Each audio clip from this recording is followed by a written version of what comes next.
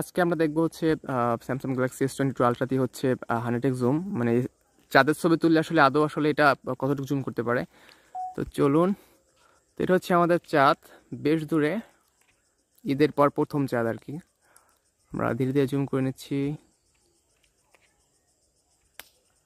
ওকে, 50x পর্যন্ত আমরা করলাম,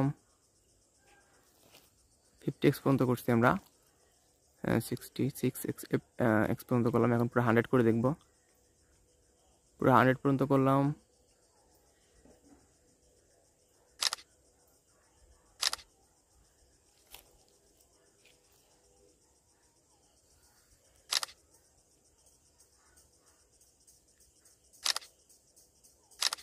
ওকে,